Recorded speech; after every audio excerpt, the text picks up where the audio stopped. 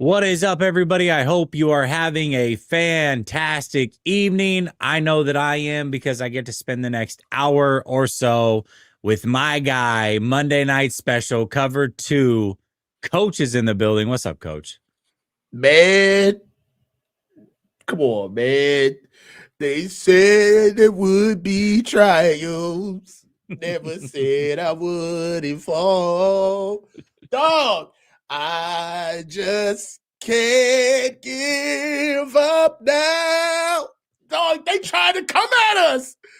They did. Come too far from where we started from.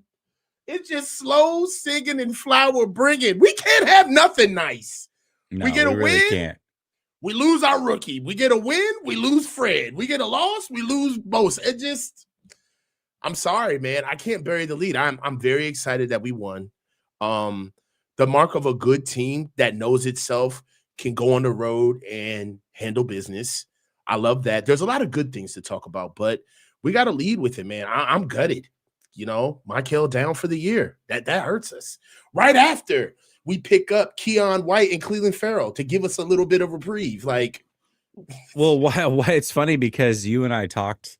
I don't know, I don't remember what we say on shows and what we say on the phone anymore. Either way, what I do know is at some point we talked about Keon White kind of just being like Michael Williams. They're basically the same guy, and now he's gonna be Michael Williams because Michael Williams isn't here, and we're looking at it going, okay, well, this team is at its best when Huff is healthy. Maybe they got Huff on one edge, Okawanu on the other, or whoever else they trade for. You can do White and Williams in the middle. That's kind of like your four, like your NASCAR package or what have you. That's when they're going to be at their best as far as a pass rushing team.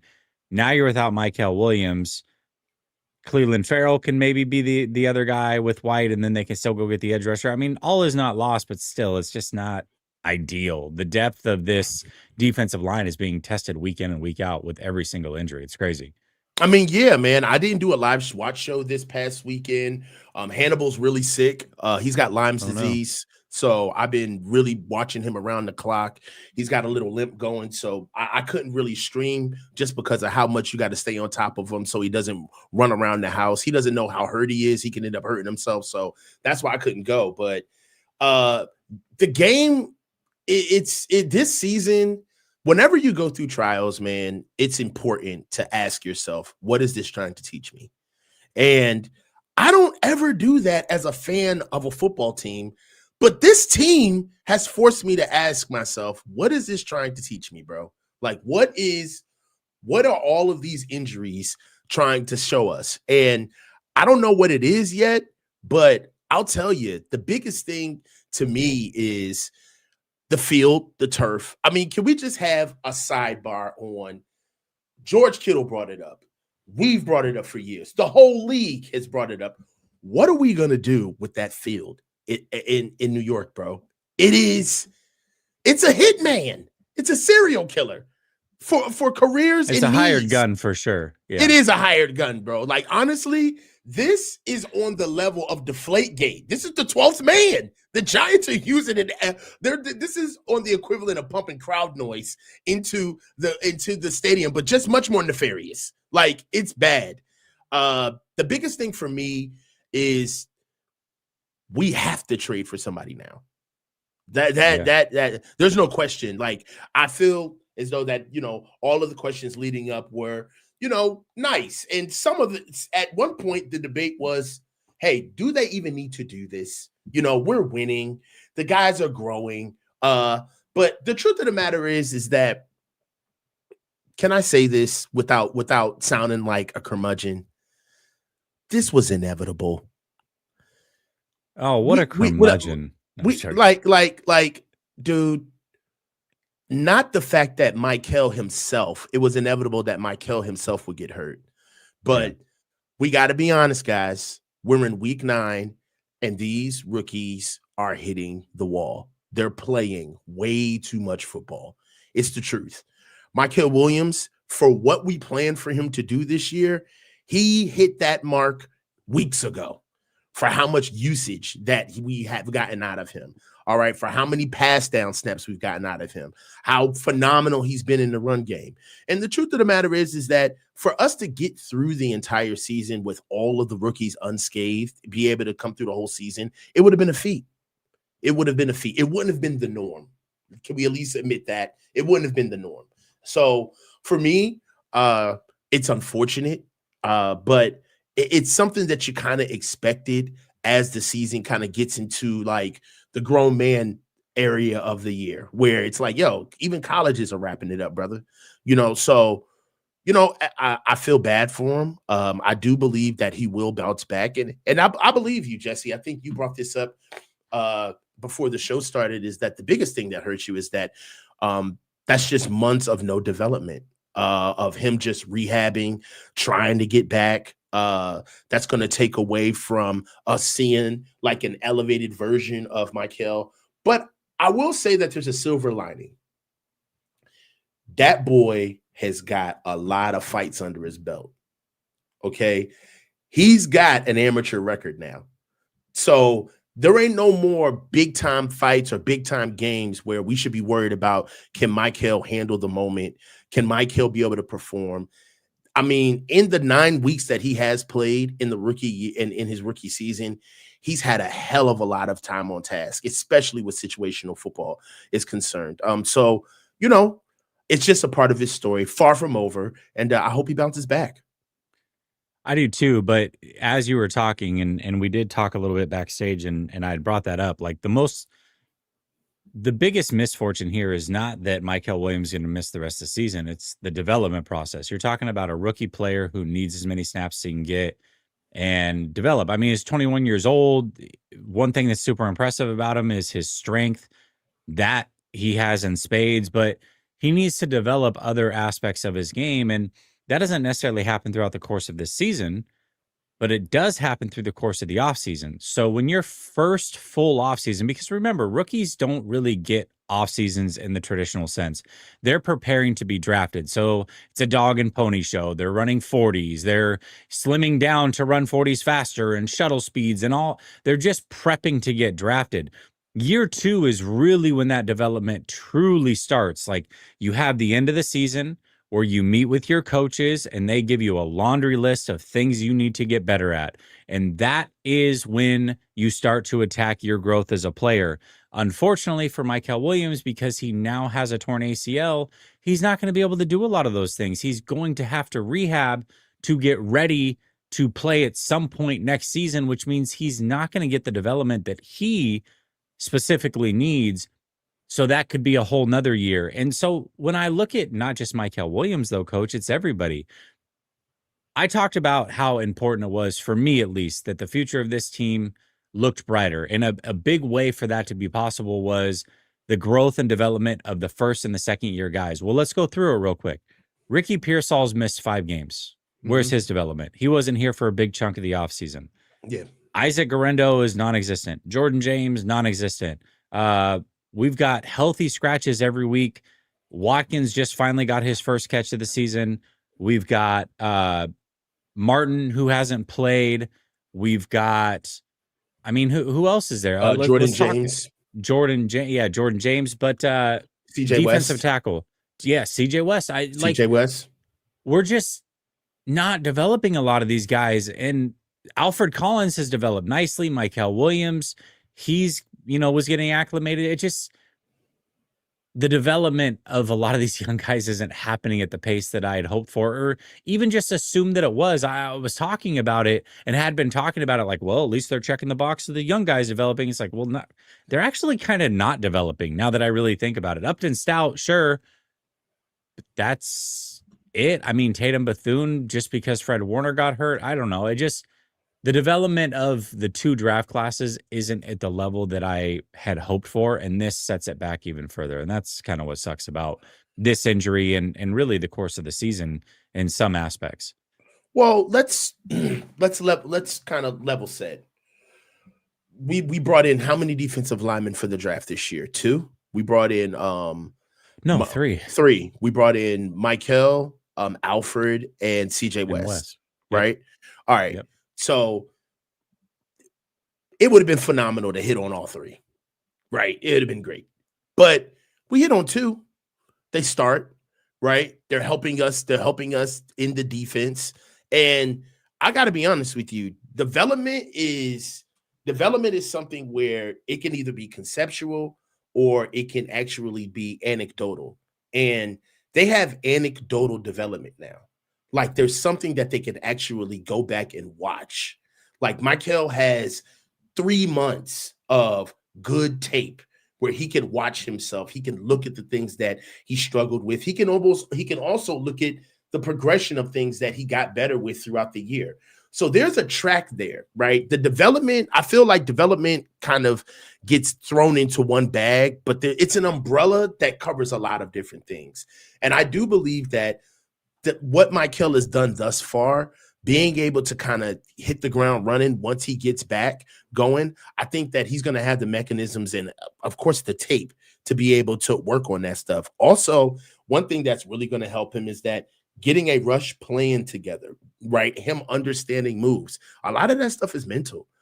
So it's not as if he's not going to be getting those reps. It's not as if he's not going to be here understanding what's going on the defense. It also puts him in another position where he himself can carve out a nice little role for himself to actually lead and help out some guys. Because once a season starts, the traditional leaders that actually start with the team, yeah, they're always there. But when you get a guy who ends up kind of being like, the subject matter expert at like the Z or the X or the 3-tech or the 0, and he goes down, I don't give a fuck what seniority he's on in the team. If he's got another guy coming in behind him, you bet your ass Keon White he better be talking to Michael Williams because essentially he's the starter now, right? So now it's like, all right, well, what do you know about the defense?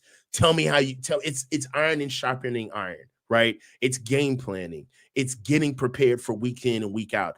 If Coach Saleh and Coach Kasarik are any coaches that are worth their salt, which they are, they're not going to let him just mentally check out just because he's hurt, right? So I do see a path for the developmental side to still keep going, but you got to find a lot of different ways to skin the cat because obviously you can't get it directly with him just simply playing and getting himself together. So my biggest fear is, let me ask you this.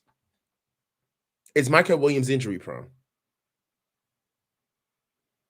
It's tough to say. I mean, yeah, he had the lingering ankle thing that hurt him all offseason last year as he was preparing for the draft. Then he hurt himself again.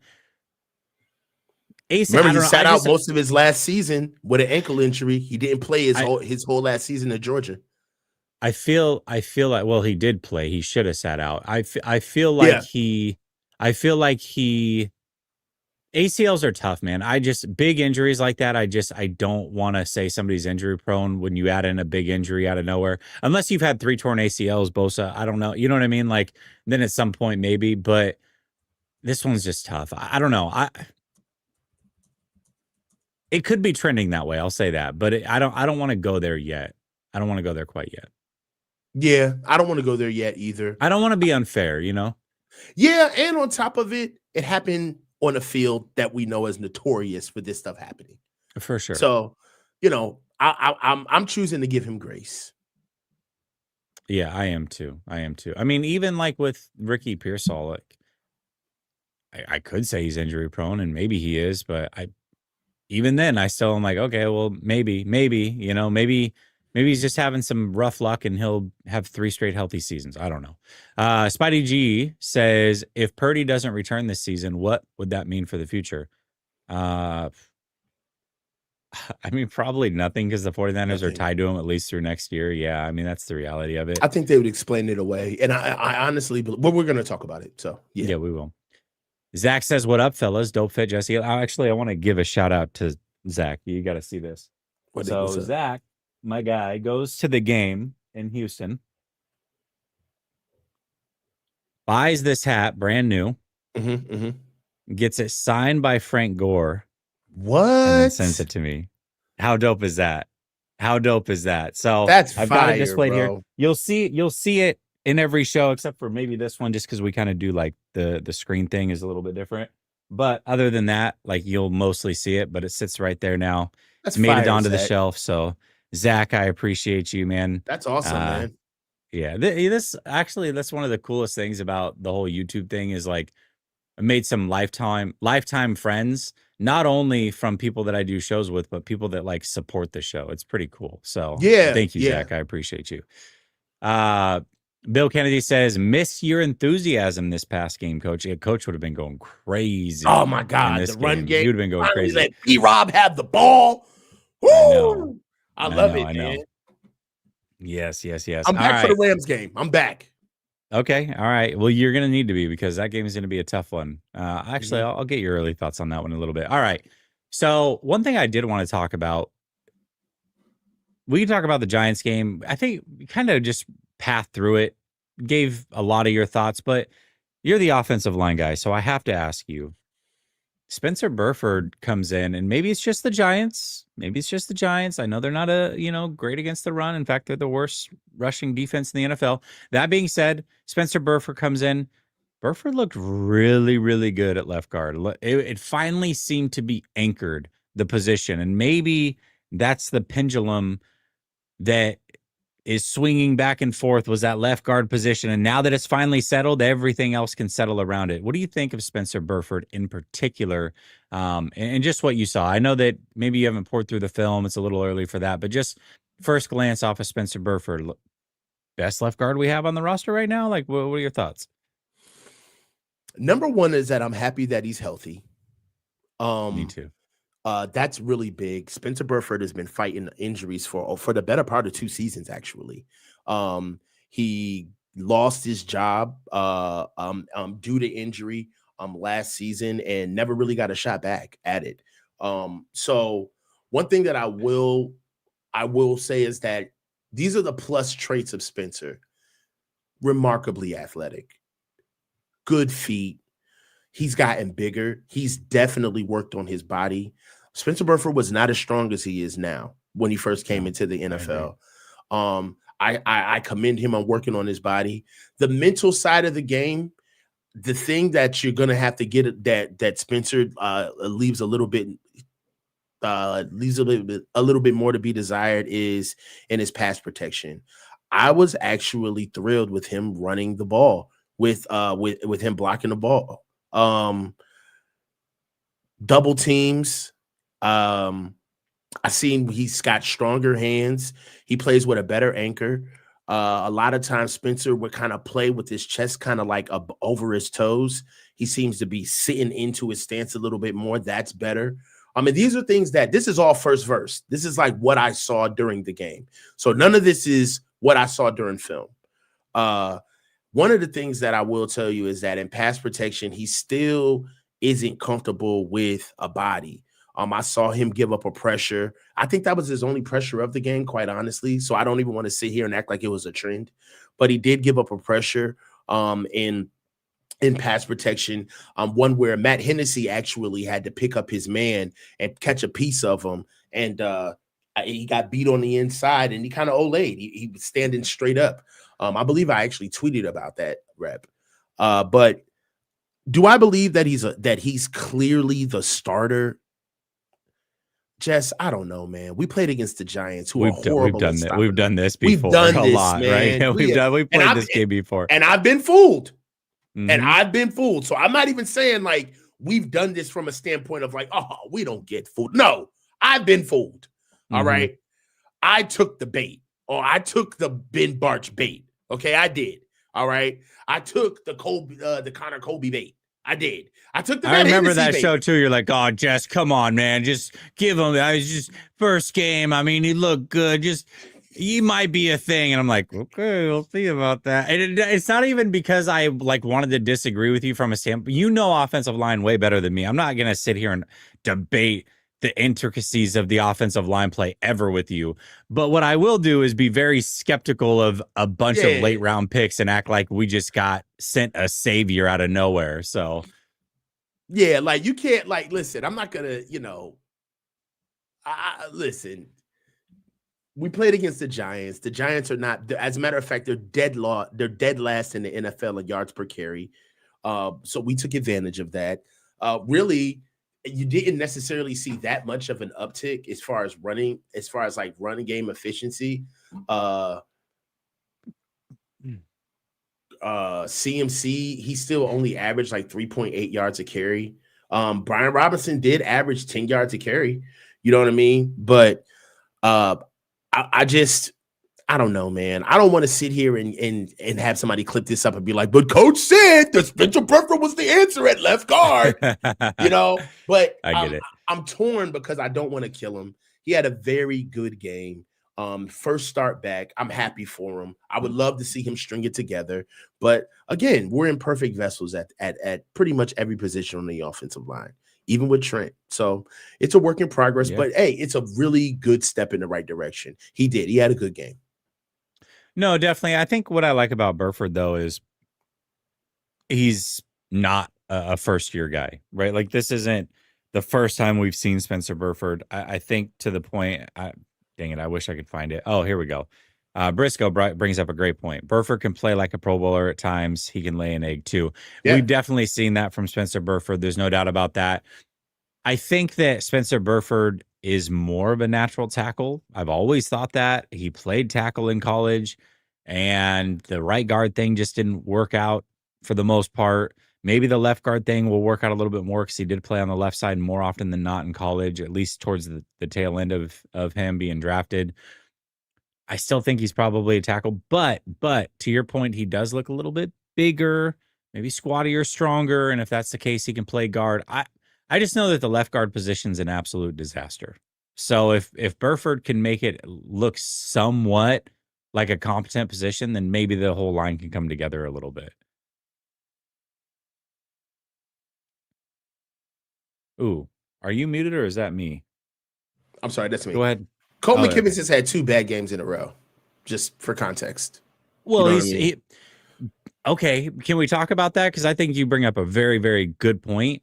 But Colton McKivitz just went against 2 of the better edge rushers. Will Anderson Not and just Brian edge rushers. Burns. Yeah. So not only that, but he quite often got no help. Is it McKivitz's fault that he can't block the best guys in the world, knowing he's not one of the best guys in the world himself? Or is it the coach's fault for not giving him help and chipping out of the backfield and doing those types of things on a regular basis? I'm going to put that on coaching. I mean, listen, and then Mo puts it right. Mo said it. Mo said, y'all act like he's going against bums. You know, I mean, listen, I get that. Will Anderson, if it takes, and I can hear somebody saying right now, if it takes Will Anderson and Brian Burns to expose Colton McKivitz as not being a good right tackle, then that's a good problem to have. I understand that, but I don't know. For me, the consistency. I don't like the fact that we pay this guy, mediocre money and like we're okay with the product that he gives us, he's not necessarily that strong in the run game, and that's supposed to be his calling card. And I don't get it, man. But look, I feel like the offensive line is something that it's a labor of love. It's something that we're always gonna complain about. This year they have to do something about it, like we've been talking about all year. They have to this time to put some guys in there, but don't be surprised, man, if like Ben Barch is rolled out against the Rams, dude, and Colton McKivitz is in the 10-year Ring of Fame. Can I say this real quick? I got it in a text and I saw it in the chat. Walter Nolan, after one drive, looks amazing. This is first game action. He's the only guy, if they were going defensive line, that I wanted ahead of Mykel Williams. I know it's only one drive, and I haven't actually watched a single snap, but I'm going to crown him, buddy. I mean, I just want to be right so bad that I'm going to crown him. I was right about Walter Nolan. I knew it the whole time. The guy's a stud, and we've got the confirmation after one drive that I haven't even seen. So there we go. It is what it is. Yeah, I mean, Walter Nolan was a draft crush of mine too. Like, yeah, I put him all over the channel during the draft prep. But I'm really happy with what we got. I'm so glad I was wrong about Alfred Collins. Alfred Collins has proved me wrong with so many different ways. He's really turned on for us. I will caution. Okay. We definitely had it out over Alfred Collins. Day 2 of the draft, I think it was interesting because you ran day 1 of the draft on your channel, I ran it on mine. Then day 2, we went together, and same thing with day 3. I was on the side that's like, hey, Alfred Collins pretty good, and you were on the opposite side. But hell no. But it doesn't matter. What I want to say is that right now he's making you look like you have egg on your face. Let's see how long that lasts for, right? I'm not going to crown or crush a player after 8 games into their NFL career. I'm just not going to do it. So I like where we're at. It's trending in a very positive direction, but I'm not going to sit here and be like, yep, you're wrong, coach. You were wrong the whole way, because next year he may be buns, or he might tail off this year. We don't know. There's a lot of football career left for Alfred Collins before we crown or kill him. So okay, and I can agree with that. But let me just give you my perspective on this. Yeah, I didn't like Alfred Collins, not because I didn't think he was going to work right away for us, or did not. I knew that he was going to work right away for us for what we needed him to do. Right. I didn't like Alfred Collins because I couldn't forecast his traits, meaning that I couldn't see anything about his game that was going to get better and elevate him in year 2, year 3, year 4 of his career. Like, and for lack of a better term, he was just a big ass Band-Aid. That's how I felt about him. Like, oh yeah, but he stops the run, coach. And I'm like, yeah, but that's all he does. That's it. Like, he doesn't. And I remember I was looking at him like, he doesn't have a first step. He's not even like the type of guy that we want. I distinctly remember why I didn't like him. However, since the 8 weeks that he's been here, the things that he's done as far as playing with a flat back, having still being able to rush the passer, having a motor, you know what I'm saying? Breaking double teams, not just the run stuff, but showing a versatility in his game. The stop on the goal line against the Rams. Was that against the Rams? The stop on the goal line against the Rams. Yeah, where he forced the fumble. Yeah. Yeah, like, dude, you can't say this, that's not going to be expounded upon down the road, right? That you can't want that. All of that stuff combined isn't a one-off. You know what I'm saying? On top of the fact that those moments of being able to see how he's made plays, like, you can't teach that dog, bruh. So for me, yes, could he not be like Alfred Collins, the multiple perennial Pro Bowl player, and like what we would draft the guy for? Yeah, he could not be that. But for what he's done thus far, I was 100% wrong. You can't fake what he's done thus far. You can't fake you're okay. That, I guess that's fair, because basically what you're saying is the reasons you thought he would struggle were like functional strength and speed and get off and those types of things. And motor. You've already seen enough of it to be like, okay, I was wrong in that aspect. I was wrong. Yeah, okay. He's doing all of that. That plays in the NFL. With the traits, with what he's doing as a rookie right now, he could survive in the league and then some. He could play anywhere in the league. Yeah, I agree. And he's massive. I mean, he's a big guy too. Javon Kinlaw can't play anywhere in the league. Gojira Von Jinx, we already got you on that one, but appreciate you. Gammon says, you guys are worth more than 3 firsts. I feel like it's a little too early for the sports Valentine's Day heart things, but I feel like this is one of those, every year they do the sports ones. Yeah. I feel like this is it. Gammon, you've already set this up. So in February, I expect one of those little sweethearts things with your that message on there. Alex says Grant is finna want that hat so bad. You gotta rub that in Grant's face. Remember, you guys went back and forth. That's true. Yeah, it's true. It's true. And I won't wear it because it's signed. So there's just no way. Unfortunately, Kyle is gonna ruin CMC. That's what Bill says. Maybe. And we talked about this last night on the post game. But coach, hear me out on this one. This may be true, but this is the last year he has guaranteed money. Maybe he doesn't mind ruining CMC because this is the last year they expect to have CMC on the team. That could be fair, right? Yeah, I'm not mad at that. I I brought this up last year when we talked about the money for CMC. I said, there's two sides to using CMC. There's two sides of his career. Mm-hmm. One side is intelligently using him and understanding that if you keep using him at this clip, something's going to happen, right? Yes. Like the usage rate with the age and where he is in his career, you can't expect him to just keep taking that type of abuse week in and week out, right? If anything, he's going to wear down before our eyes, right? Or you can look at this and say, my man, not only are you, well, he's not the highest paid running back in the league anymore, is he? No, not anymore. No. But at the time, you were the highest paid running back in the league, and you circled the block in the middle of your contract and asked for an extension, and we gave you that extension. Right now, as far as the books are concerned, you're one of the deals that makes us look like we don't know what we're doing if we don't play you, right? There's a couple of deals on this team where the amount of money and that they have and how the money has been acquired, if you don't play, there's consequences behind that. We're seeing that with Brandon Ayuk. Well, keep it up, and we might be seeing that with Brock Purdy, where certain guys that get paid a certain amount of money, they don't say it, but there's a clear expectation to play. Okay. And that's one of the biggest issues with Brandon Ayuk. It ain't the fact that, we're trying to get him healthy or we need to see if he's comfortable or get him in great shape of the offense. Nah, man. The elephant in the room is you making $30 million a year and your ass ain't playing.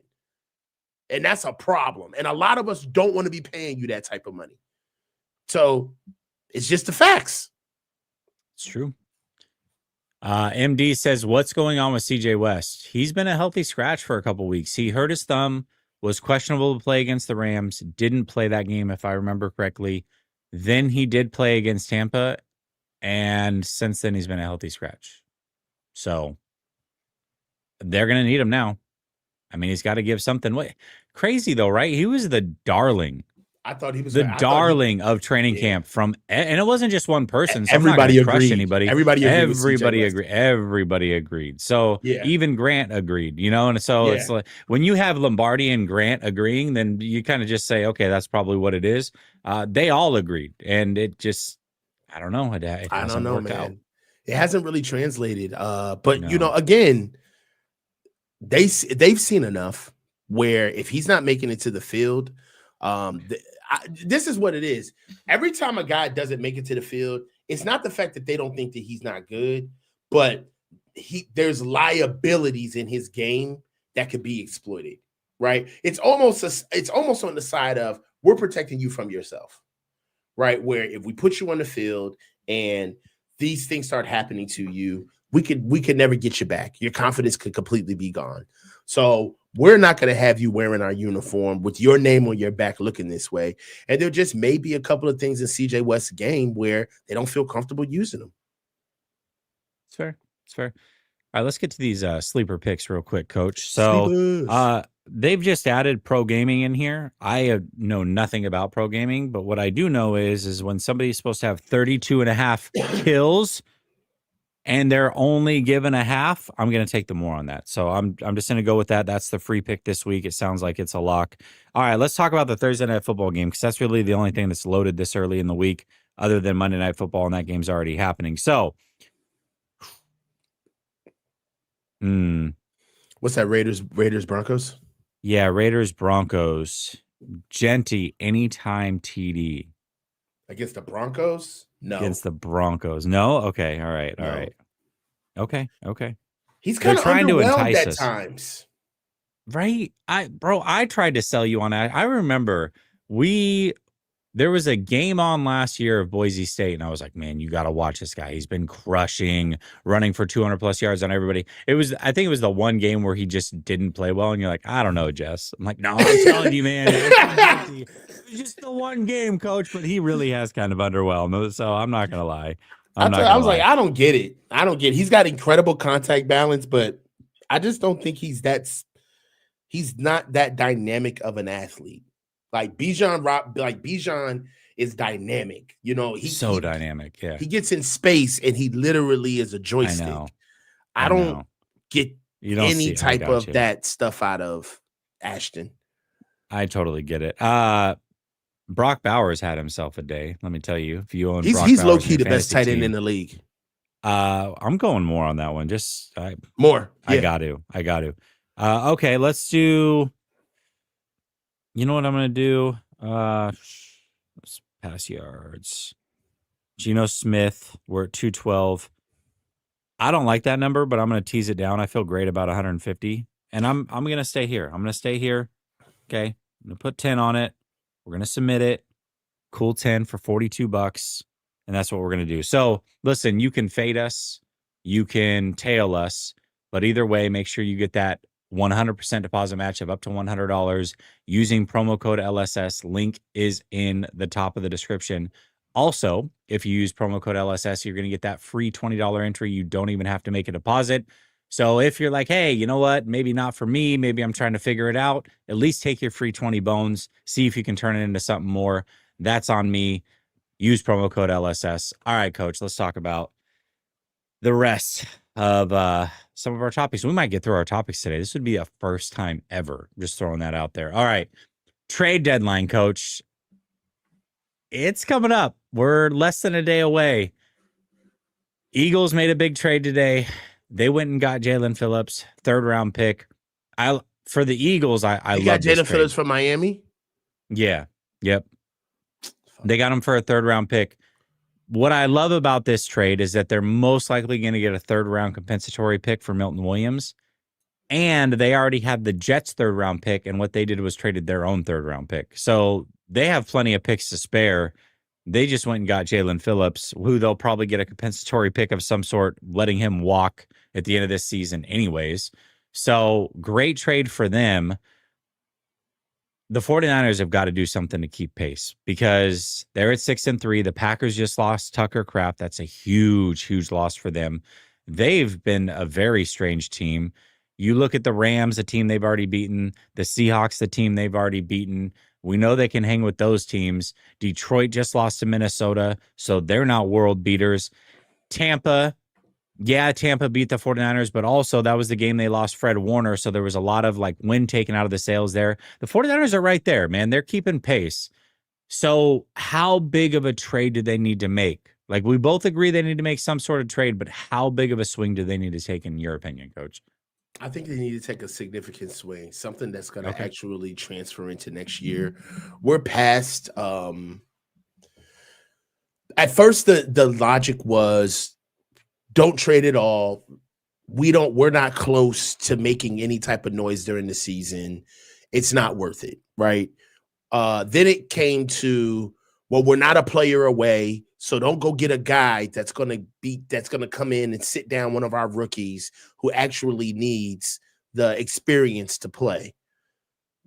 None of that, man. It did. None of us called us being 6-3 halfway through the season. You got to respect that, right? You have to respect that record. You can't just play down to what you expect to be. You have to play up to what you are. And then on top of it, now we have influx with some of the guys that have gone down. So I think that they need to go make a splash, bro. Juwan Jennings, and then look, Juwan Jennings, Brandon Ayuk, they're all at large. I wouldn't mind seeing any of those guys in a trade package in order for us to kind of right the ship. And we still haven't found a guy opposite Bosa. And there's no any more opposite Bosa because he's not even there anymore. It's time for them to go get a guy. I think that if they swung the fences, I don't know how necessarily realistic this is, but Max Crosby is still out there. That's something that they may be able to do. I mean, I'm talking about if you're going to do it, go do it. You know, I heard that Myles Garrett is somebody that's out there. Maybe the Browns want to play ball, but I don't think that there's necessarily guys out there that would actually move the needle. I mean, you do have like the Commanders are losing, so Dorrance Armstrong is out there. That's something. Carl Grandison is out there for the Saints. I think the Saints have won one game this year. You know, you could possibly go to the Jets. I know McDonald got traded, right? I don't think so. I didn't see that. Maybe he did. McDonald is still over there for the Jets. And So if is you Jermaine really, Johnson. so is Quinnen Williams. Ooh, yeah. You know what I'm saying? Like, so Draymond Jones went to the Ravens, so that was a good pickup for them. that was. But look, I know that we're trying to get the cap together, but there's really nobody there's nobody really taking over the league right now. It's middling, right? Do you feel that way? I don't feel like there's anybody dominant necessarily, Every especially in time the you think there's a NFC. dominant team, They lose So it's like, badly. yeah, I don't know, man. Yeah, I mean, do don't you know, think man. that what do you think about Quinnen Williams? Do you think that they would move on Quinnen I mean, the 49ers might move on him. I don't know why the for a Jets would get second? rid of him. Yeah, I mean, first, yeah, but the Jets are probably going to want it first. I don't know. I'd love to have Quinnen Williams, but I don't know about that. I'll tell you what, I think we're looking probably more. I tweeted this out 4 days ago. I said, look out for Joseph Asai, Mazi Smith, and Jonathan Grenard. So Mazi Smith just came out Cowboys today. They're benching him before tonight's game. They're not going to play him at all. So he's most likely going to get traded. healthy I scratch. could see the 49ers making that trade. Jonathan Grenard may or may not be available. I heard that Minnesota was at least looking into trading either him or Van Ginkel. They've got a younger player that sits behind them that they want to get more snaps to. But they also won this week, so who knows? That may change as well. So I don't know. I mean, I think those are the types of trades that we're looking at. I also think that John Lynch is a master of manipulation when it comes to steering the narrative. And we've seen this happen. Remember when the old tale goes that John Lynch called about Jimmy Garoppolo, and when he was told no, he asked for Tom Brady, right? Remember that one? Yeah. Or it was like, oh, well, I know that Khalil Mack went to the Bears, but we offered more than what the Bears did. The Raiders just wouldn't do business with us. How about those OBJ? are great Remember stories. OBJ? OBJ, Antonio Brown, all of them. Yeah. When the 49ers have wanted somebody that's available, they've gotten them. CMC, Trent Williams, you know what I mean? Jimmy Garoppolo, all of that. Mm-hmm. So half of me almost feels like the 49ers, there's little whispers about Max Crosby or Myles Garrett or Quinnen Williams or Trey Hendrickson. And I feel like that's John Lynch going to the media like, hey, this is what we're looking at. Just you float that out there. We're going to pacify the fans. You're going to want Trey Hendrickson, but you're going to get Mazi Smith. That's what you're going to get. So it's I almost feel like that's coming. I could be wrong, and we'll see. We're going to find out soon. I do think they're going to make some sort of deal. I just don't know that it's going to be this big splash trade. And I don't know that it has to be the big splash trade. So we'll see. We'll see what it ends up being. I think they could probably use two. I mean, if they did a Mazi Smith pick swap and then also traded for like a Will McDonald or Jermaine Johnson, I would be fine with that. Because I don't think you're breaking the bank for either. You're probably giving up a fourth or maybe even a third for one of those guys with the Jets, a pick swap for Mazi Smith. And I think that you've kind of rectified that defensive line. You're taking some flyers on some younger guys that still have some upside, and maybe they were just in the wrong systems or what have you. So I wouldn't necessarily hate that. I don't think like the Trey Hendrickson or anything like that's going to happen. Nor do I think it should happen, to be real with you. Oh, so you don't think we should get a big name? I'm not necessarily against a big name if it's somebody that's going to be here for a while. Trey Hendrickson specifically, I've been against because he's old. He's gonna be 32. He's not under contract. It just, to me, it doesn't make any sense. Right. I mean, I get that. I still think that they need to go out and get themselves. I mean, also, if we keeping it tall, it ain't just edge or defensive tackle, man. I want Jackson Powers Johnson. I've been saying this for about 2 months, and everybody's been laughing at me, telling me like a center's not, an offensive lineman ain't gonna get traded. They are not valuing this dude with the Raiders, and the Raiders are still losing, bro. Jackson Powers Johnson. This is no exaggeration. If we got that dude, he would instantly change our offense. Run game, pass game, everything. You're talking to an Oregon Ducks fan. You're talking to an Oregon Ducks fan. I love this guy. Yes, please. I would love that. Yeah. I really hope if they got this guy, that'd be huge. Forget you wouldn't even honestly, if they got Jackson Powers Johnson, I'd be okay if they just left the defense as is and just dealt with in-house shit. I'd be that happy with that move. Okay. All right. You think I would love it. I would love it. Man, Jackson Powers Johnson's playing with these bums on our offensive line would give all these cats a facelift. All of them. Yeah. Marcus says, it's been a while. Love what you both do. Who would you trade for and what would you give up? What does Lynch actually do?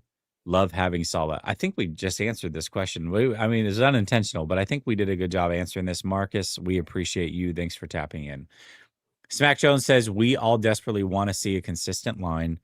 Also, why are we letting Philly load up? Let's make a splash, 6-3. We will lose the locker room if we don't. I don't know if we're going to lose the locker room, but I do see kind of what you're saying, where veterans really want to make a run at this. And if the 49ers aren't aggressive, it may hurt a little bit. Trent Williams did say, hey, I'm putting all my trust. Yeah, that's a real thing. In this front office. That's, that's a real thing. Yeah. Yeah. Sure. Like one thing that we can't kind of sweep under the rug is that I know we look at them as like kind of like the bad news bears. You know, they're sticking their thumb to the man. We're kind of like low key one of the nastiest teams in the league. Nobody really wants to play us, right? We've got good coaching. We got just enough veteran leadership on the team for us to play right. We got a live arm and a quarterback. We got a little bit of continuity with CMC at running back. Like teams low key don't want to play us because we're a conscientious football team and we play 60 minutes. These boys, if we go 7-3, 8-3, they're going to be looking at the team like, I know you better be pushing for us to try to get to the playoffs. Like, you're not going to waste this season just because we're doing more than you expected. So there's a world where the locker room could be looking at John and those guys like, yo, we're in the fight. Go get us reinforcements.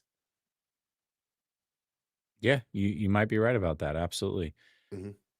Too much sauce. I don't even know if that's a thing. Does the training staff deserve blame? I mean, somebody deserves blame. Something somewhere. This is getting ridiculous. I don't know. Everybody should be under inspection at this point. Our training staff is on the Epstein files. They need to be tried. Need to be released. Trump, release those things. Release those files. Our training staff is on there. Isn't Colton a free agent after this season? And if so, the Niners let him walk. No, I think he just signed a new deal. They signed him. Yeah. I think he's got one more year after this one, or maybe two. Stefan? I'll go with Stefan. Why is there so few Rams fans outside of the internet?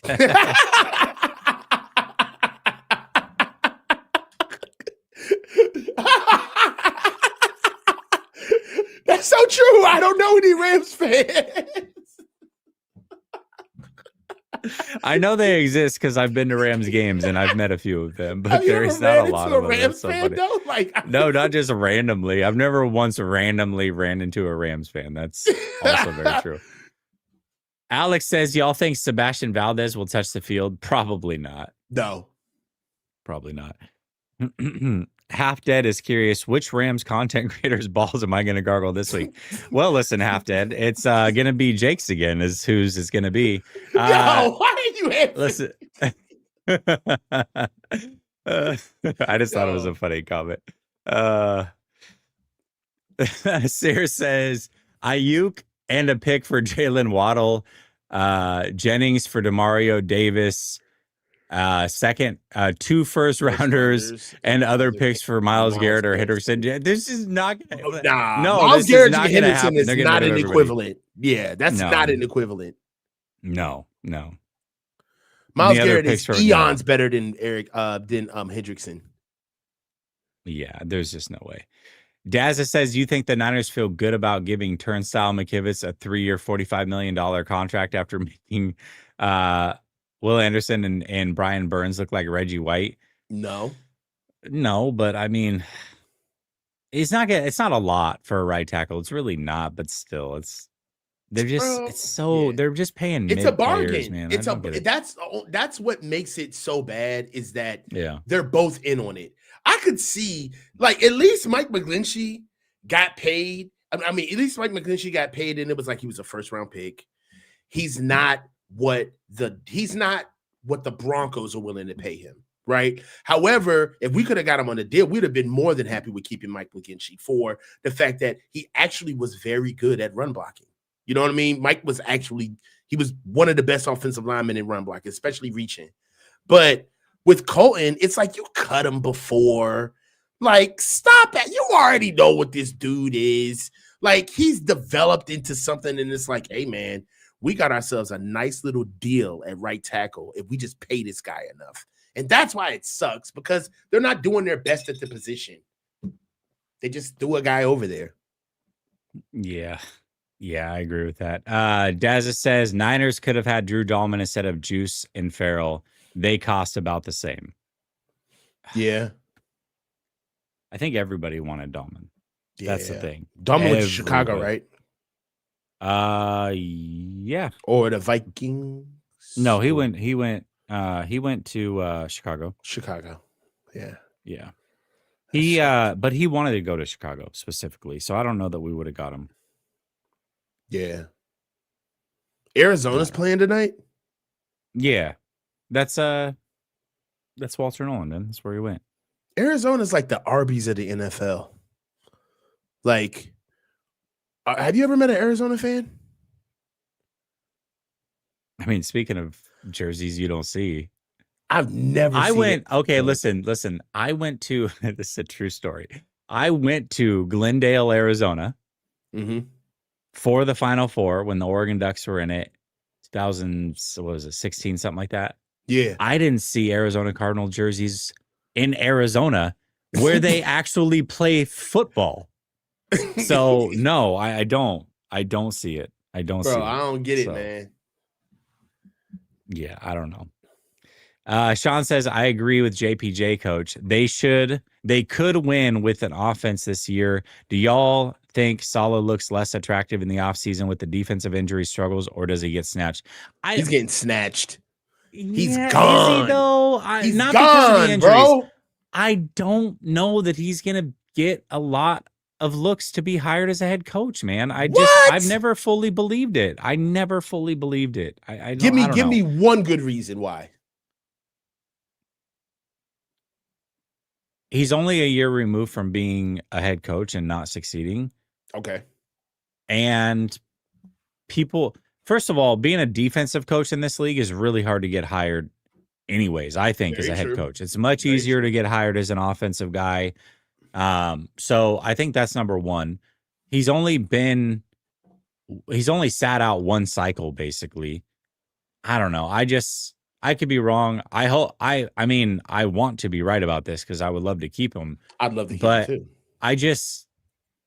I'm not sold that he's going to get a lot of looks. Like, he may get a token interview here or there, but I don't know. I think he's going to be here next year. I do. Well, I'm over. But I don't think the injuries change anything. If anything, it should make his stock rise. I don't know. So what are we ranked in? Hold on. Where are we ranked in the NFL on defense coming through week 9? I mean, are you talking about yards or are you talking about just overall scoring? Probably middle of the pack. Rushing defense.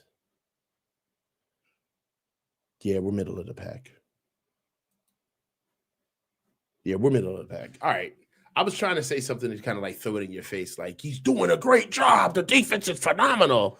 But I mean, with the injuries alone, we'll grade him through the season. What do you think Coach Saleh has done? So points against, they're ranked 18th. Yards, they're ranked 24th. I don't know. I mean, I think Saleh's done a good job. I've had a couple gripes with him, like a couple games where I'm like, man, I feel like he should be more aggressive, more exotic, all those things. But I think for the most part, he's done a really, really good job. And I think if Bosa and Fred Warner were on this team, this would be a top 5 defense in scoring and yards, in my opinion. Is there a world where Robert Saleh is just a very, very good defensive coordinator and just head coaching in his thing? Yeah, that's possible. That's possible. I actually agree with Half Dead here. I grew up in the Northwest. I didn't see Seahawks fans before 2012 either. So I don't know. Yeah, I knew this weird girl I used to date who was a Seahawks fan, and like we were like, but it was like back when the Legion of Boom was really hype, and I was like, get with ass, shut up, you ain't no real Seahawks fan. Yeah. It's not real. If BA comes back and plays a few games, you think the Pats might be interested in him? I think a lot of teams would probably be interested in BA still. I do. So. Yeah, I think that's a slow cook though. BA's not getting traded before the trade deadline. I think if he gets moved, it's going to be before the draft. Pandemic Lovato says my boyfriend's husband is a Rams fan. A little cuck joke. I like it. I love the pretty joke. Good. That's well done. Well done. Definitely enjoyed it. That was well played by you. All right. There's no way we can get out of here without talking about the quarterback position. Let's do it. We got to do it. And I really want your opinion because I felt like you were getting ready to go down a path that I didn't expect you to go down with the quarterback position earlier when it got brought up. But Brock didn't play again this last week after practicing yet again. There was rumors that he might be the backup quarterback, then the emergency, then he didn't end up dressing. Shanahan said quite a few things over the last couple of days. One, saying we're not going to play Brock until he's basically Brock and fully ready. But then also in almost the very next breath said he's not going to be fully healthy this year. So it's like, well, if he can't be Brock and fully ready and you're not going to play him until then, but he's also not going to be fully healthy this year, does that mean you're not going to play him? I'm done predicting when Brock's going to play. This would be like the fourth week in a row where I'm like, he's coming back. I don't know at this point. I really don't know. All I know is Max played well enough to win with. And I don't know what they're going to do with Brock. I don't know what they should do with Brock. I don't know what the right answer is. But you seem to be going down a path. So I'm just going to open this up and let you run with this, Coach. I want to see what you were about to say earlier about Brock. He's not going to play. He's done for the year. Like at all, you think? Yeah, I think he's done for the year. That means he's playing versus the Rams. Nah, I think he's done for the whole year. Kyle even said that him being number 2, like, don't even read into that. He was a distant possibility to even be on the field. So him even dressing against the Giants was kind of like ceremonial at best. Can we just call this what it is? This is a soft benching. It's a soft bench. All right. What it is that right now, in order to get you going at an optimal rate, okay, there's a lot of heavy lifting we got to do right now as far as getting you supported, having starting receivers that on the field, making sure that everything's clicking. We can't guarantee that type of environment around you. All right. On top of the fact that the environment that we currently have right now, we have a quarterback that can be able to perform for us without us having to slow things down. Because the truth of the matter is that I don't think that there's enough bandwidth to protect Brock and to roll out an offense all at the same time and deal with the injuries and win games all at once. I don't think we could do that. We don't have the luxury of going into games and lopping off a piece of our playbook because Brock can't run, or taking away pieces of our playbook because Brock can't do certain things. We're not that good. We did it when things were clicking because we literally had every resource around him. But for what we are as a team right now, I don't even look at it as like they don't think Brock is good enough thing. I think that they understand that, man, we can't get this kid hurt again. We cannot protect him. What the team is right now, we can't control the environment around him. And that's what the fans are used to seeing. And that's why we ended up paying him $50 million. And we'd be foolish to put him in an environment that we have been painstakingly trying our level best to keep him away from throughout his entire career. So now we're just going to throw him in there. They're not going to do it. Mac is showing that he can perform and win games with what the team is being able to give us. And also, the team is playing much more free with Mac. All right. Offensive game plans are literally what can be done, who can be plugged in, who can help out, pick up a shovel and dig. Brock Purdy's not that type of quarterback. All right. And the fan base ain't got the stomach to see him struggle at a real rate. And to be honest with you, I think that there's things that could happen to Brock if he played hurt that we can't unsee. So, no, I don't think that he's playing. If you're telling us TBD in week 9, and then on top of it, you're saying that you want him to be 100% to play, but this is going to be an ongoing issue. You're talking out of both sides of your neck. He's not playing. And you're saying whatever you got to say to make it seem okay. And to be honest with you, the only reason why this type of rhetoric is flying is because of how the organization is set up. Kyle is jury, judge, and executioner. He's final say. In a traditional atmosphere, the GM would have to come out and make these proclamations, not the head coach. You're talking about benching a franchise player. All right, can he go or can't he? There will be so much wordsmithing around this on a traditional team, but Kyle could just come out and say, hey, the Pope smoke is out, bro. Like, no, he's not playing. So I don't expect him to play at all.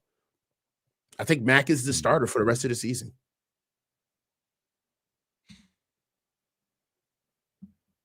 Interesting. Yeah. I don't. And what are they going to do if he plays and gets hurt again? You know what kills them is they played their card way too early by rushing him back. They should have never rushed him back and to get him out there on the field because they already got him hurt. They already got him hurt twice. So if they bring him back now and rush him back, you know what the elephant in the room is going to be, especially if we're winning. It was good. It's the same narrative that it was when he rushed back against the Jags. Mac looks too good. Brock needs to hurry up and get his ass out there to show and perform, and he couldn't pull it off. So they're not just gonna leave him unprotected. They're not gonna let us see what happened to Brock Purdy last season. Not again. If he doesn't play all season, coach, that's a problem. It's a real serious problem. And I got a better one for you too. If he doesn't play, they're still going to be acting like he's just a starter. They're going to be like, Brock's back. He's 100%. Max number 2. No quarterback controversy here. Nothing to see here. Oh, I agree with that. They're gonna act like business as usual. So, yeah man, they're gonna smile and nod, dude. I agree with that. I think he will be back. I think he'll be back. It's this some week. Point. I don't know, man.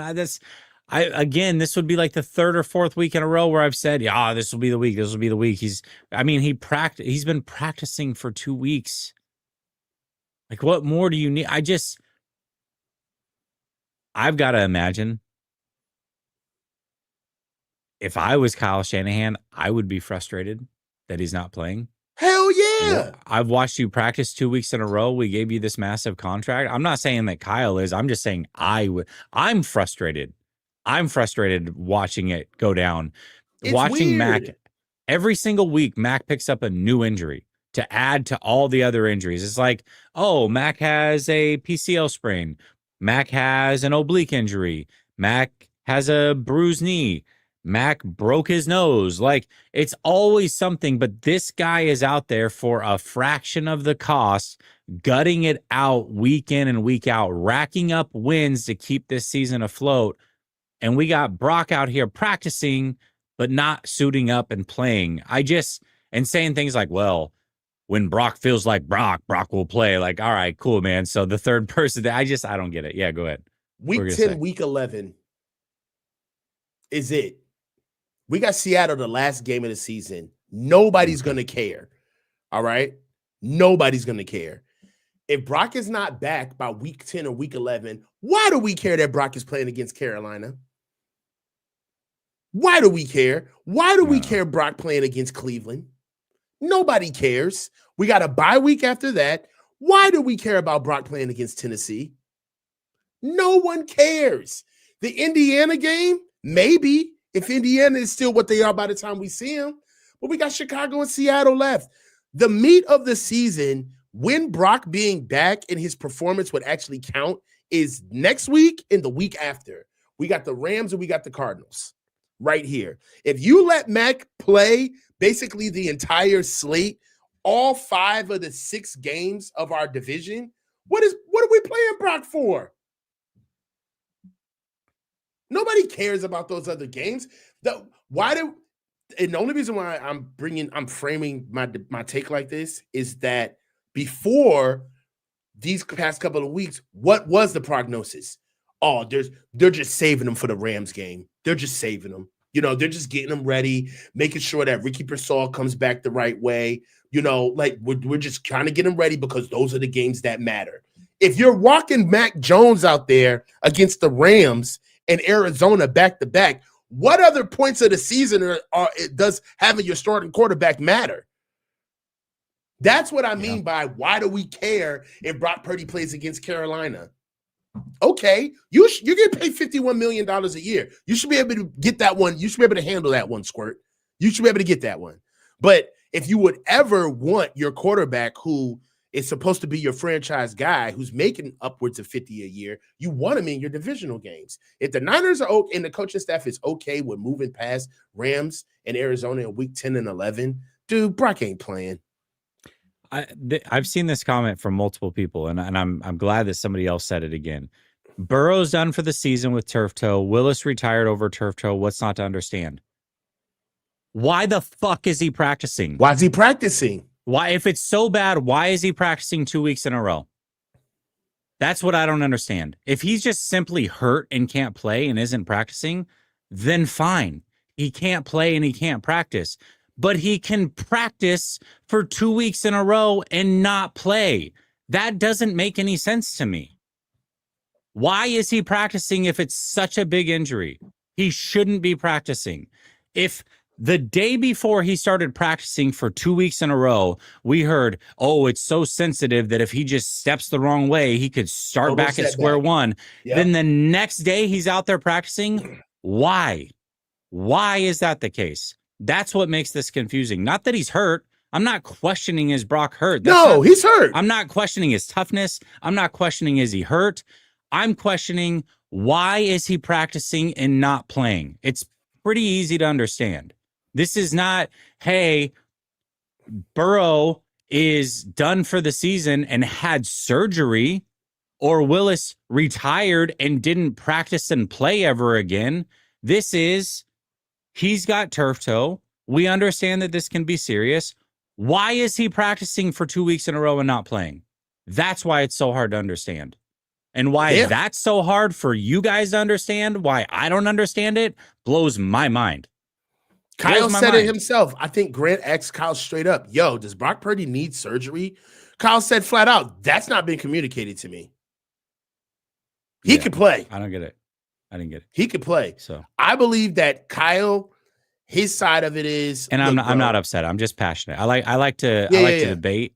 You know what I mean? So I'm truly not upset. I just get passionate over these things. So you're good. You're good. Yeah. I do this with Coach on the phone. Like we get it. This is it's every day.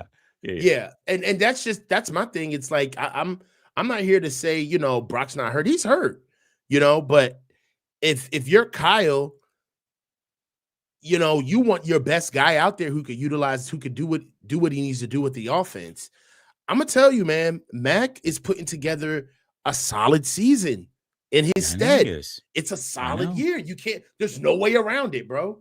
And I know the Niners right now, because of the injuries that we've been having and how things are just very, very how can I just say imbalanced, you can't make it. There's a world where that locker room can't take getting Brock up to speed. We don't have enough bodies to do that, to get you up to speed. And if we're winning, and that's the momentum that we have right now, they can't kill that momentum to just to pace walk Brock. He ain't playing, bro. I don't get this one either. Tim Cassie, Brock has done a lot more at a lot higher level. Not with this roster, he hasn't. Not with this. Not with this. When Brock's played with this, it's looked a lot worse. A lot worse. If you, I would love to see Mac with Pearsall, Kittle, CMC, The whole a healthy group. Ayuk. Let me see it for 3 games, and I bet you it looks real damn good. Real damn good. Yeah, man. So, I don't know. It ain't about him doing that at a higher level. It's we saw what he did. What he did with the team that we had last year. I mean, let's just be honest. The same amount of injuries are happening last year that was happening this year. They are. You know, sans Trent and CMC, but you know, I believe that there is it's an optics thing, and I think that Brock is insulated from the inside out, meaning that the organization, the building, really loves Brock, and I think that the coaching staff, particularly the head coach, is kind of like, dude, are you playing or what? Are you playing or what? And if you're not playing, then get out of the way. Because I got somebody else who can do this shit. Yeah, I don't know, man. Like I said, it's hard for me to predict he'll play against the Rams because I've done this for multiple weeks in a row. But I will say if he doesn't play against the Rams, then kind of to your point, like I'll probably start to believe it because it was reported that the goal was to get back for this Rams game, essentially. Him and Ricky were going to try to get back together for this game. So if it doesn't happen this week, then I don't know what to think. I really don't know what to think. Like, it's just, I don't know. We got a bye week 14. All right. We're 4 games away from that bye. We got 2 divisional games, like we just talked about. Rams and Arizona back to back. Then we got Carolina, Cleveland. If Brock doesn't make it back, I think where's my guy? He said it in here. Half dead. He said it right here. After the bye, there's no point in bringing him back. I don't think so either. I agree. What's the point of bringing him back after week 14? Especially if we're like, and we're winning 14 games. Let's say we're 10 and let's say we're 9 and 5. Okay. No way. So then that means we're 8 and 4 with Mac. Why? Why would you even disrupt that? Yeah, and then if we lose out, bro. Well, they'll play Tennessee out of the bye, I'm pretty sure. So that's, right. Brock will look, whatever. And well, hold on, let's just say this. If they roll him out after the bye, come on, man, that's weak as hell, bro. That is so, even my Brockolites, you gotta know that's weak. That is weak if they roll him out after the bye. So, look, these 2 weeks tell it all for me. We go 500 or undefeated in these next 2 weeks. Brock is not playing for the rest of the season. You can hang that shit up. They not messing up this season. Because if we win out and go 5-1, right? The worst we could do is 5-1 in the division if we win the next 2 weeks, right? Dude, that far shoots over expectations of what they thought this team could do. Yeah. There's no need Coach, to even get Brock. We have over 1,100 people watching strong between X and YouTube, man. Thank you to everybody who's tapping in. We really, really appreciate you showing love tonight. Boxing Fan Times 4 says, F them picks. Players are dropping like flies. Every team is losing games. They shouldn't come the playoff teams that are hot right now might be depleted. Yeah, that's the thing is, I mean, like I said, Tucker Kraft just went down for the Packers. Injuries are happening everywhere. I don't know about F them picks, but yeah, I see what you're saying. 11th house of the Zenith says trade Trent to the Chargers for their first round pick. They're not going to give up a first round pick for him, but they could use some tackle help. That's for sure. We heard about Joe Alt's out for the year, right? Oh my gosh, man. Boy, here we go. Herbert's about to get waxed. Alex says thought experiment. Say we make it to the Super Bowl. Should we risk activating Brock ahead of the Super Bowl just in case Matt goes down? Who's QB2? For sure. For sure. As the backup. If we made it all the way with Mac, then Mac would be starting. But yes, absolutely. Brother Bob says, so we cooked or cooking with Brock? I don't know, man. I don't know. I just don't think it's that big of a difference. Bill says Niners should renegotiate Brock's contract. No, they shouldn't, because if they renegotiated this year, first of all, there's literally nothing they gain from it. Like, they don't save any money. If they renegotiate it next year, it's only $5.8 million. And even then, when you renegotiate, you're adding years onto the contract. I want all the flexibility in the world to get out of that contract, and 5.8 million is certainly not worth it. So, A very team friendly deal, though. Brock's deal is very team friendly. for sure. Brother Bob says Kyle Levy got his pick in Mac 10. Book it. Yeah, it does feel that way. Daza says Mac with a bruised knee, wearing a brace, injured PCL, and oblique looks better than Brock last year. Yet another reason why Brock isn't a franchise quarterback. He can operate from the pocket. Mac knows how to deliver from the pocket. I'm telling you, man. It's just Mac with athleticism would almost hurt his game. I feel like he's had to learn how to operate from the pocket due to the fact that he can't just bail.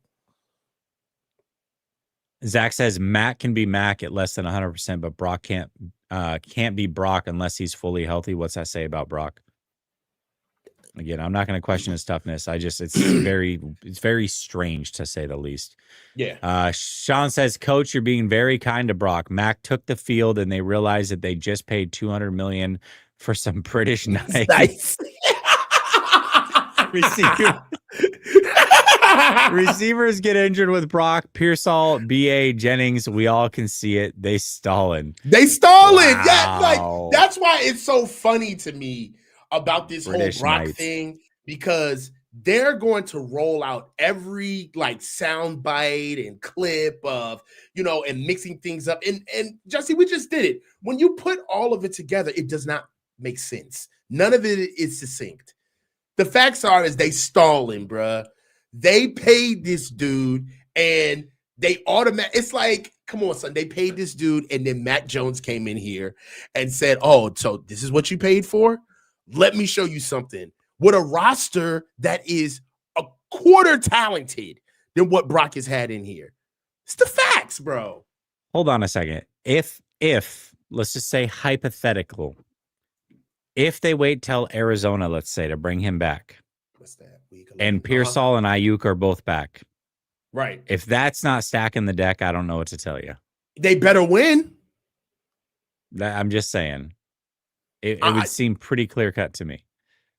Yeah. Because you're doing whatever you got to do, right? Whatever you got to do. So I wish Brock, I want to say this. Brock deserves all of the resources that the Niners can give him. All right. He is the starting quarterback of this team.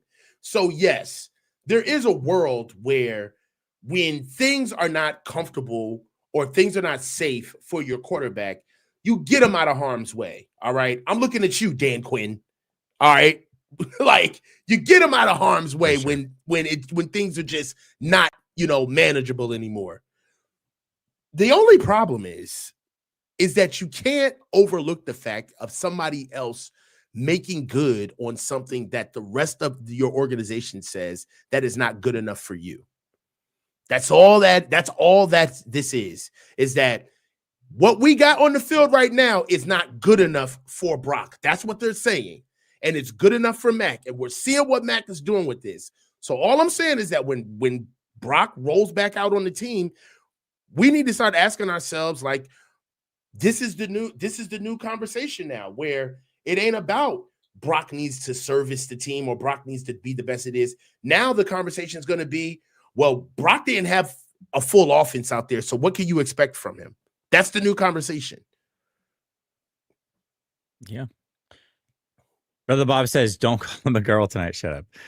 Niner Mafia says, what happens if Mac plays the rest of the season, takes us deep into the playoffs and into the Super Bowl and wins it? Do we have a controversy? No, because at that point, it'll be Mac, not Brock, if that happened. So it would be the opposite way. There is no controversy if that happens.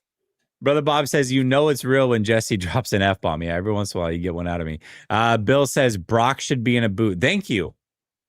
Thank you. Thank you. Thank you. And if that was the case, I would understand it. This whole practicing for 2 weeks thing and not playing makes no sense to me. Is there a possibility that Brock gets Trey Lanced? It would take a lot.